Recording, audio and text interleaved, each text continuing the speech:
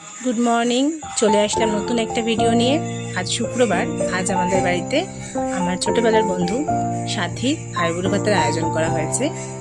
তো চলো সেই দিকটাই দেখে নেওয়া যাক একটুখানি। এই যে সাথী, যার 12টার সময় আসার কথা ছিল কিন্তু এসেছে 2:30টার সময়। যাই হোক, আর দেরি না করে মা অনুষ্ঠানে শুরু করে দিয়েছে আশীর্বাদের মাধ্যমে। এখানে মা ধান দুব্ব আর প্রদীপ জ্বালিয়ে একটুখানি আশীর্বাদ করে দিচ্ছে, যাতে ওর বৈবাহিক জীবন খুবই সুখের হয়, শান্তিতে থাকেও। এটা সাথে আমাদের বাড়িতে বিয়ের আগে শেষ খাওয়া দাওয়া, আবার বিয়ের পরে আসবো খেতে।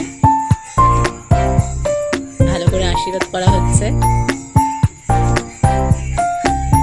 এই হচ্ছে সেই সাথী যে কিনা আমার সাথে সব জায়গায়, টিউশন থেকে শুরু করে দোকান, কসমেটিকের দোকান, বই খাতা কিনতে যাওয়া আমরা একসাথে করে এসেছি।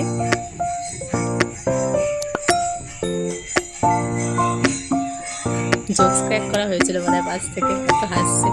এই যে এটা কাকিমা বসে আছে পাশে, সাথী মা। মায়ের আশীর্বাদ করা হয়ে গেছে, এবারে উপহার হিসেবে একটা শাড়ি দেওয়া হয়েছে। এরপরে এবার আমি যাবো আশীর্বাদ করতে। যতই হোক সাথীর থেকে বড় দিদি, আমি সাথীর বড় হই।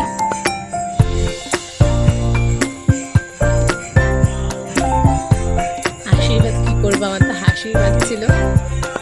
এটাই মানতে পারছিলাম না সাথী বিয়েতে বসবে এখন, মানে কদিন বাদে। এসে একটুখানি মিষ্টি মুখ করে দিলাম, দুজনেই হাসছি।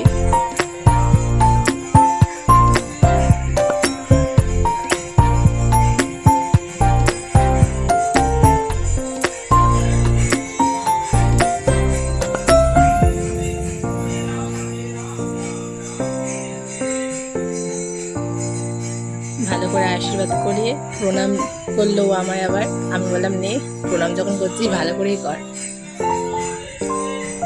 তারপরে চলে আসলাম খাওয়া দাওয়াতে। এই যে মা এখানে 5 রকমের ভাজা, ভাত, ডাল, মাছ, মাংস, চাটনি, পাঁপড়, মিষ্টি আয়োজন করেছিল। প্রথম খাবারটা আমি খাইয়ে দিলাম, ও বললো একটু রিলস ভিডিও বানিয়েছি আর কি।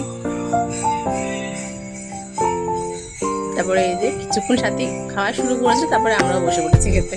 আর কন্ট্রোল করতে পারছিলাম না তো ভালো ভালো খাবার দেখে। এবার সাথে একটুখানি খাবারের রিভিউ দিচ্ছিল। ও হ্যাঁ, ও আবার ব্যাক টু নর্মাল ড্রেসে চলে এসেছিল। তারপরে আমরা খাওয়া দাওয়ার পর গেছিলাম ঘুরতে।